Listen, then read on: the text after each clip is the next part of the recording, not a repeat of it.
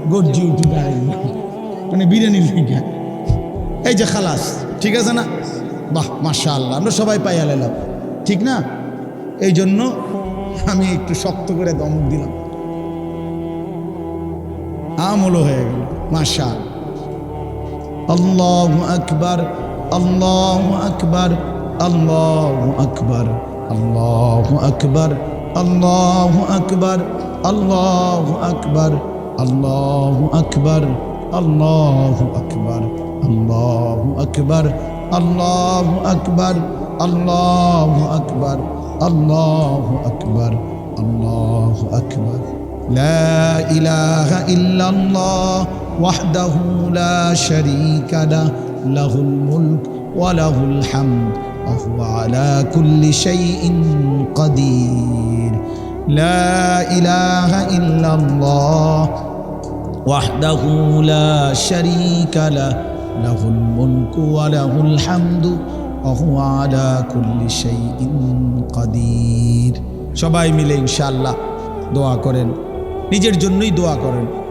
মাহে রমজান পর্যন্ত আল্লাহ যেন হায়াত দান করে রমজানের রহমত মাগফিরাত নাজাত যেন আমরা পাই রমজানটা যেন গুনাহ থেকে বাঁচতে পারি আল্লাহরে রাজি করতে পারি বরকত হবে আলাদা প্রস্তুতি নেন মনে রাখেন আলাদা একটু হলেও রমজানের জন্য একজন মুসলমান হিসেবে আলাদা প্রস্তুতি নেওয়া উচিত ইমানদারের গন্তব্য জানা আছে যে আমার গন্তব্য কোথায় আমার এটা হায়াত এরপরে আমার মৃত্যু কবর এরপরে আমার হাসরের মাঠ এরপরে আমার মিজান হিসাব এরপরে আমার ফুলসেরাত এরপরে আমার জান্নাত আমার টার্গেট জানা আছে আমার গন্তব্য জানা আছে আমি থামবো সেদিন জান্নাতে যাব যেদিন আমার টেনশন দূর হবে সেদিন আমি জান্নাতে ঢুকবো যেদিন وقالوا الحمد لله الذي أذهب عنا الحزن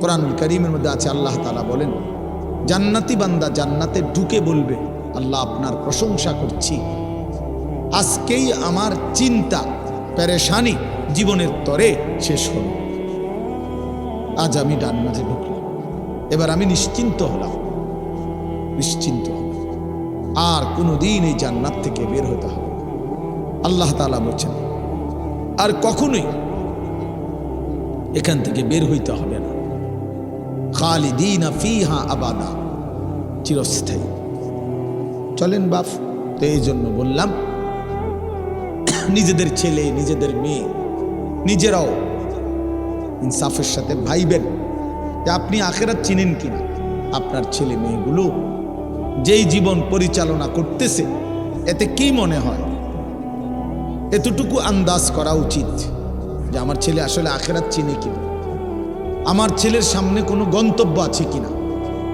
নাকি এই মোবাইল নারী ছবি জিনা ব্যভিচার মদ জুয়া নাচ গান উলঙ্গ দৃশ্য হালাল হারামের কোনো বাজ বিচার নাই পাক নাফাকের কোনো বাজ বিচার নাই লজ্জা শরম হায়া কিচ্ছু নাই যখন যা যা মন চায় খাইতেছে হ্যাঁ যা মন চায় তাই করতেছে তো এই খামখেয়ালি জীবন যখন যা মন চায় তাই হালাল হারাম জায়েজ না জায়েজের জীবন যার পার্থক্য নাই আল্লাহ তাআলা কোরআনে বলছে তার উদাহরণ হলো ফামাসালুহু কামাসালিল কাল কুত্তার মতো হ্যাঁ এটা কোরআন শরীফের আয়াত ওই জীবন কুত্তার জীবন কুকুরের জীবন এজন্য আমি সবসময় এটা বুঝি বেনামাজির জিন্দেগি কুত্তার জিন্দেগি এই ফজরের নামাজ না পড়ে যে জানোয়ারগুলো ঘুমায় থাকে এগুলা কুকুরের জিন্দেগি খালাস এই সুদখোরগুলো যে জিন্দেগি কাটায় এগুলো কুকুরের জিন্দেগি এই হারামখোরগুলো যে জীবন কাটায় এটা জানোয়ারের জীবন কোরআন শরীফের আয়াত এটা ওয়াত্তাবা হাওয়াহু ফামাসালুহু কামাসালিল কালব আল্লাহ বলছে মনের ইচ্ছা মতো যে চলে আল্লাহর হুকুমের পরোয়া করে না হালাল হারাম এর পার্থক্য যে মানে না আল্লাহ বলছে তার উদাহরণ কামাথালিল কালব, কুত্তার মতো, কুকুরের মতো। ইন তাহমিল আলাইহি ইয়ালহাস আও তাতরুকহু ইয়ালহাস। আল্লাহ বলছে কুকুরের স্বভাব, দৌড়ানি দিলেও জিহ্বা লম্বা করে হাঁফায়, ছেড়ে দিল দাঁড়ায়া দাঁড়ায়া জিহ্বা লম্বা করে হাঁফায়, জিহ্বা লম্বা করে হাঁফায়, এমন করে। এই কুকুরের স্বভাব। পেলেও অতৃপ্ত, না পেলেও অতৃপ্ত, থাকলেও অশান্তি, না থাকলেও অশান্তি। কারণ হারাম করছে, নাফরমান যে, আল্লাহর অবাধ্য যে, পাক নাফাক, হালাল হারাম। যার কাছে সুদ আর ব্যবসা একই রকম মনে হয়, সে কি মানুষ নাকি? যার কাছে আপন বউ পরের মহিলা সমান মনে হয়, নিজের বউও দেখে, মানুষের ভিডিও দেখে, তো তার কাছে কি কোনো হালাল হারামের পার্থক্য আছে কি? তো সে জানোয়ার না, তো জানোয়ার কি? সে জানোয়ার না, তো জানোয়ারটা কে? তাই বলে, ইনসাফের কথা বলেন, নাহলে বিচারে কর কি কয়। এই জন্য এটা সবসময় মনে রাখবেন, জওয়ান হন আর বুড়া হন, আমি হই আর আপনি হন, হালাল হারামের পার্থক্য যার মধ্যে নাই, কুকুরের মধ্যে কোনো হালাল হারামের পার্থক্য নেই, কুকুরের মধ্যে পাক নাফাকের কিছু নেই, কারণ যেহেতু সে জানোয়ার। কিন্তু মানুষ যে ইনসান, তার সৃষ্টিগত সত্তার মধ্যে হালাল হারামের অনুভূতি থাকতে হবে। মুসলমান তাকেই বলবে যার মধ্যে জায়েজ না জায়েজের পার্থক্য আছে, হালাল হারামের অনুভূতি আছে, পাক নাফাকের অনুভূতি আছে। কোরআনুল কারীমে আল্লাহ তাআলা এটা বলছেন। এজন্য নবীজি বলছেন, আল হালালু বাইয়িন ওয়াল হারামু বাইয়িন। যেটা হালাল এটা স্পষ্ট, যেটা হারাম এটাও স্পষ্ট। নবীজি বলেন, আমি অন্ধকারে রেখে যাই নাই উম্মতকে, একটা সেকেন্ডের জন্য আমি আমার উম্মতকে আড়ালে রেখে যাই নাই, সব কিছু আমি স্পষ্ট বলেছি। হালালগুলোও পরিষ্কার করে দিছি, হারাম যা তাও স্পষ্ট করে দিয়েছি। 24 ঘন্টার যাবতীয় কর্মকাণ্ড আমি আল্লাহ স্পষ্ট করে দিয়েছি। ওই দেখেন, ওই অপদার্থ ছেলেটার দিকে দেখেন, এক নজরে মোবাইলের দিকে তাকায় রয়েছে, কারে বলে কি ওয়াজ করে এর কোনো খবর। এটা ধরে রাখছে মোবাইল, এক নজর একদিকে খালা। এবার ওয়াজ হয়, কারে বলে কি বলে, আমার এত কিছু দরকার, আমি আর আমার মোবাইল। এই জিন্দেগি, এই ছেলে পেলেদের আকসারের জীবন। 24 ঘন্টা পৃথিবীতে তার একটাই জিনিস, সেটা হলো একটা মোবাইল। এটাই তার মা, এটাই তার বাবা, এটাই তার আত্মীয়, এটাই তার স্বজন। মোবাইলেই হাসে, মোবাইলেই কাঁদে, মোবাইলেই আবেগ, মোবাইলেই অনুভূতি, সব কিছু জীবনের মোবাইলটা।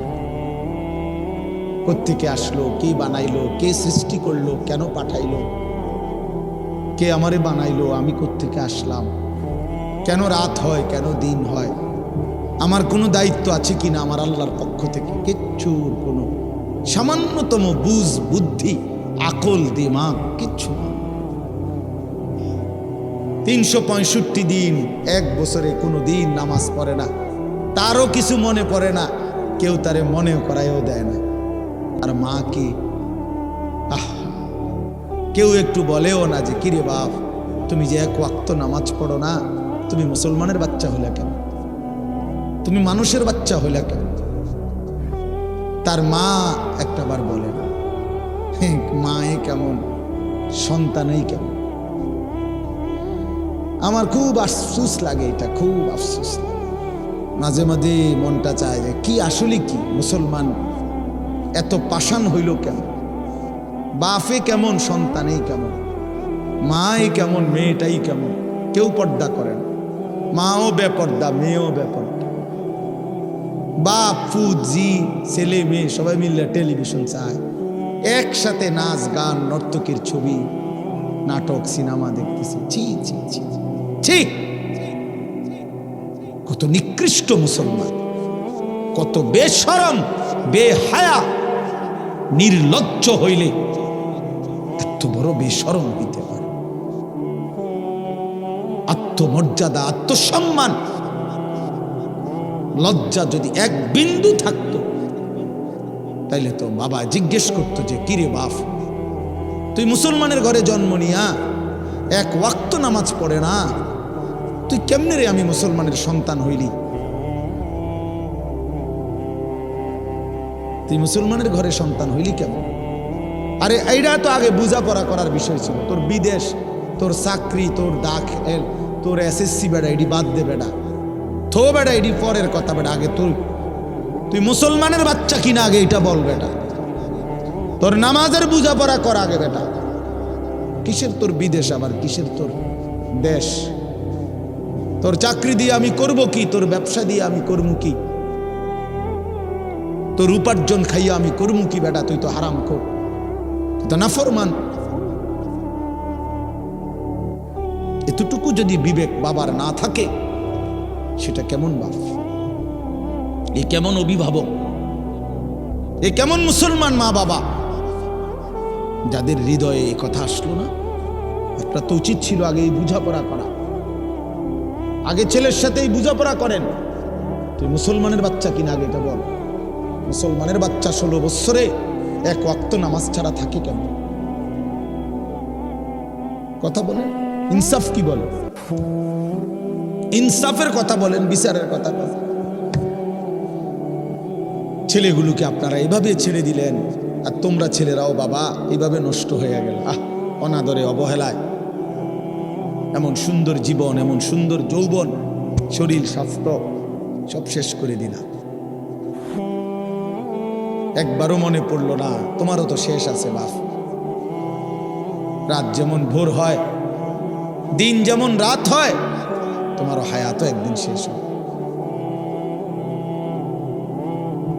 প্রতি ঘন্টা, মিনিট, সেকেন্ড যায় মানে তোমার হায়াত যায়, আমার হায়াত যায়, ঠিক না?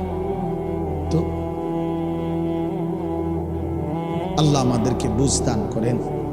এজন্য বাপ আমরা ভাবা উচিত, আমাদের এটা ফিকির করা উচিত। এ ছোটরাও, বড়রাও, মাঝ বয়সীরাও, এত লাগাম ছাড়া মানুষ হয় না।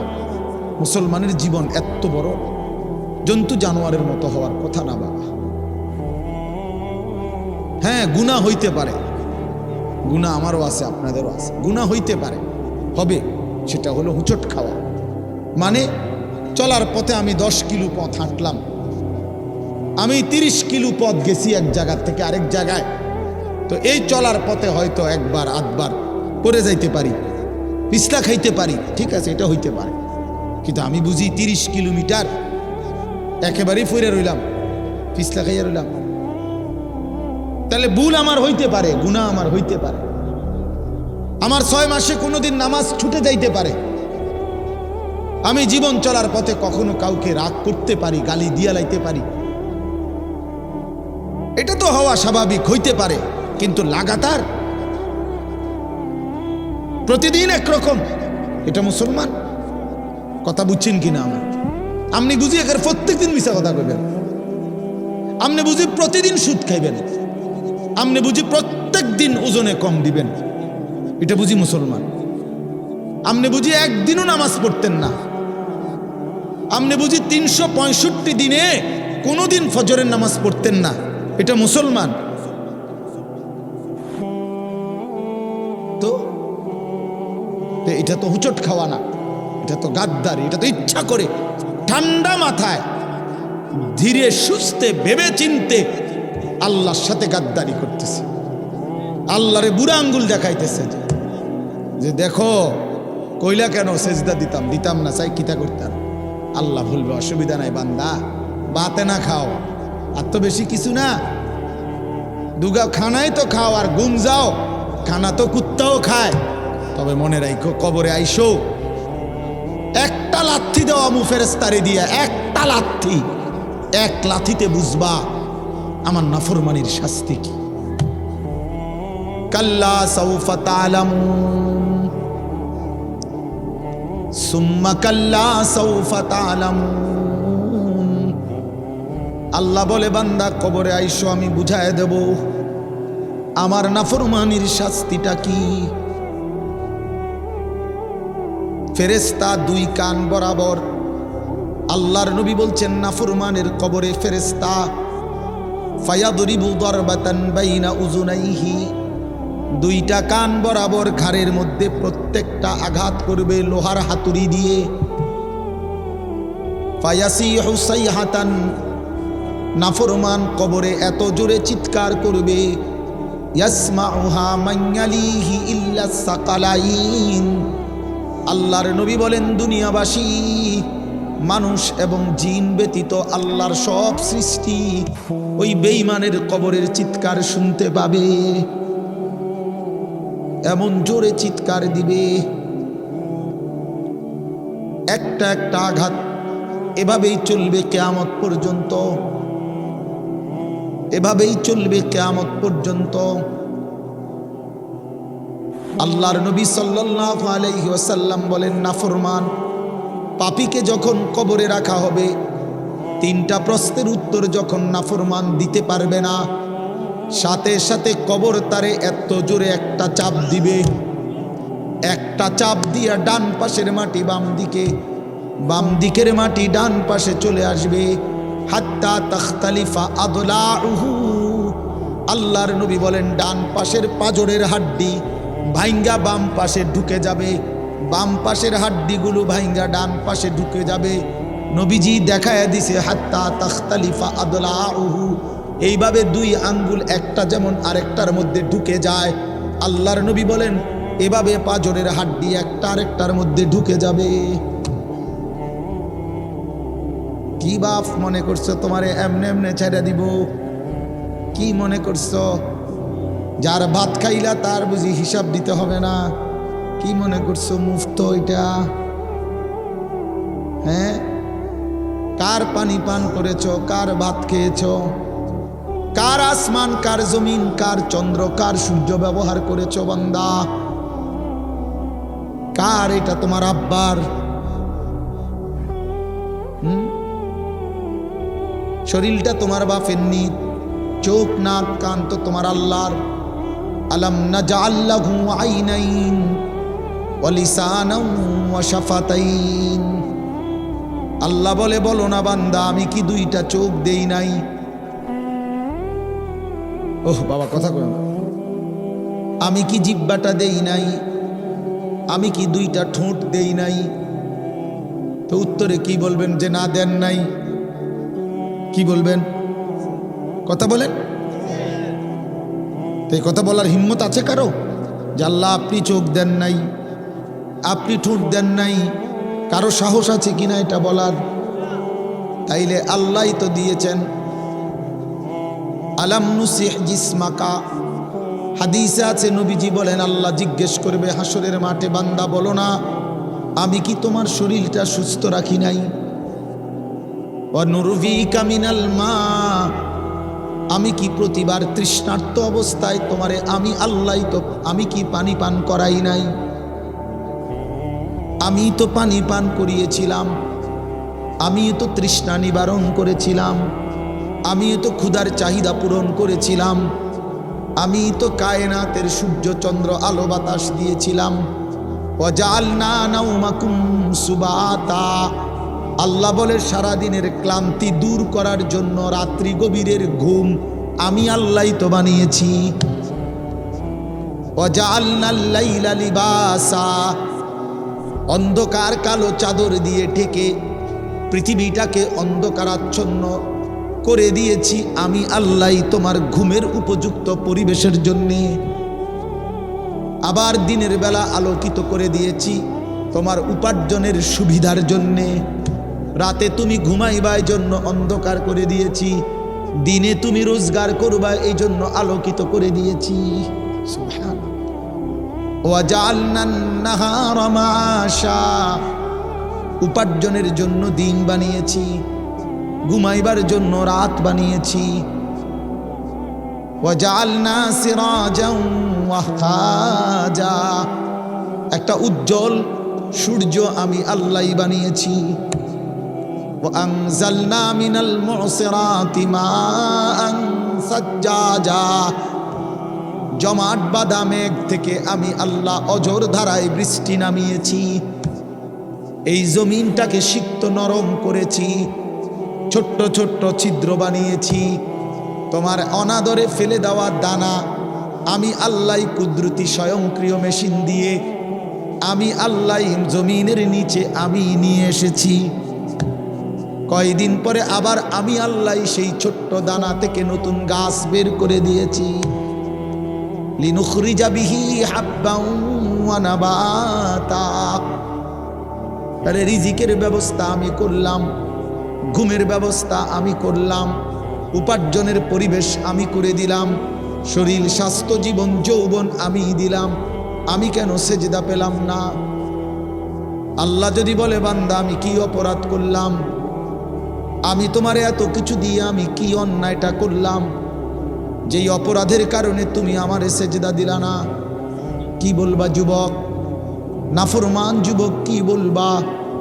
অসভ্য যুবক যে নামাজ পড়ো না, হায়ওয়ান তুমি কি বলবা? তুমি মানুষ না জানোয়ার? বেনামাজি তুই মানুষ না জানোয়ার? বল, মানুষ না জানোয়ার বল বেটা। অনেক বেহায়া এখনো হাসে এইখানে, এত বড় অসভ্য বেহায়া, এই বেহায়া এখনো হাসে। চিন্তা করছো নি? হ্যাঁ, এত বড়, এত নির্লজ্জ, এত বড় অসভ্য যে এখনো হাসে। অর্থ হইল আমারই, বুঝেন নাই? বুঝতেছে সে আমারই কর।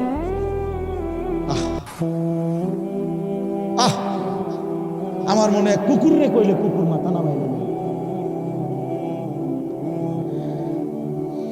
আহা, আমাদের সন্তানদের হালাত কত নাজুক, চিন্তা করে দেখে। মুসলিম সমাজে বসবাস করে, বাপ মুসলমান, মা মুসলমান, চারিদিকে মসজিদ, চারিদিকে মাদ্রাসা, কত দাড়িওয়ালা, টুপিওয়ালা, পাঞ্জাবিওয়ালা। প্রতিদিন মসজিদের মিনারা থেকে উচ্চ কণ্ঠে মাইকের হর্ন দিয়ে আজান হইতেছে। এত বেশি মাইক, হর্ন, মসজিদ, মাদ্রাসার পরিবেশের মাঝখানে থাইকাও এটা কত বড় গাদ্দার, কত বড় গাদ্দারা নাফরমান। এত সুন্দর চারদিকে মসজিদ, মাদ্রাসা, আলেম ওলামা, দাড়ি, টুপি, মাদ্রাসার পরিবেশের ভেতরে থাইকাও জানোয়ারে একটা সেজদা দেয় না। কত বড় নিকৃষ্ট জানোয়ার, চিন্তা করছে। এই বাপ, এমন সন্তান পাইলা কবরে যাই আফসোস ছাড়ার কিছু।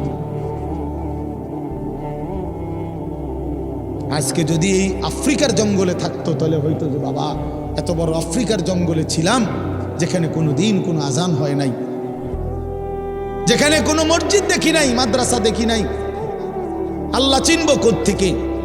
আমি তো আফ্রিকার জঙ্গলের ভিতরে থাকতাম।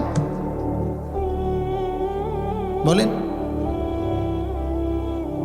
একটা ছেলে বলেন, এই ছেলেগুলো বেনামাজি যে ছেলেগুলো, এদেরকে জিজ্ঞাসা করেন যে বাবা তুই কি আল্লাহ চিনলি না, না রাসূল চিনলি না? তুমি বাবা কি মসজিদ চিনলা না, মাদ্রাসা চিনলা না? কোনোদিন কি কোরআন দেখলা না? কারো লাশ, কারো জানাজা, কারো কবর কিছুই দেখো নাই?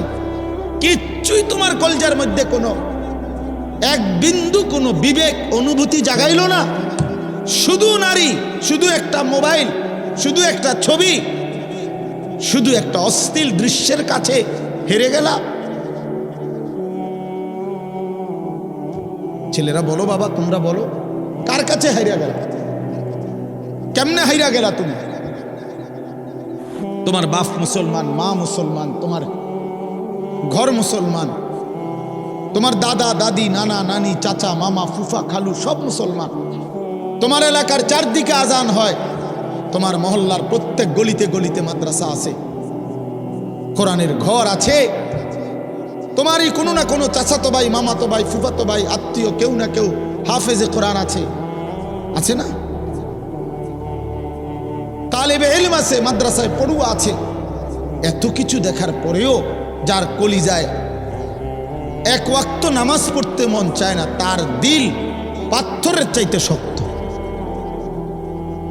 তার দিল জন্তু জানোয়ারের দিলের চাইতো নিকৃষ্ট। কারণ এ বড় শক্ত হারামি, মনে রাখে।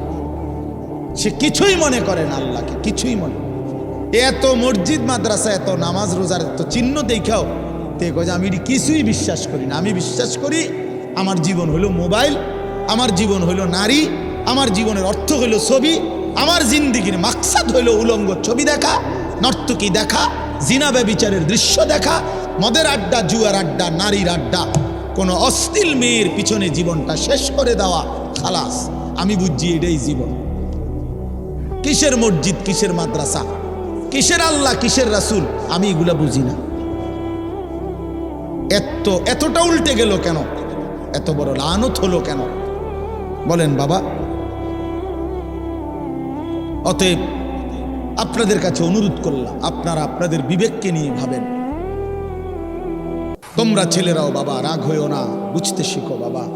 কে ফিরাবে তোমাদেরকে? কে ফিরাবে? কে ফিরাবে? কে ফিরাবে বাপ? তোমরা কি কোনোদিন মরবা না? আজ যদি মৃত্যু হয়, এই বেনামাজি জিন্দিগি নিয়ে কেমনে কবরে যাইবা? ঠিকবা কেমন? এই নাফরমানের জিন্দিগি নিয়ে কেমনে ঠিকবা?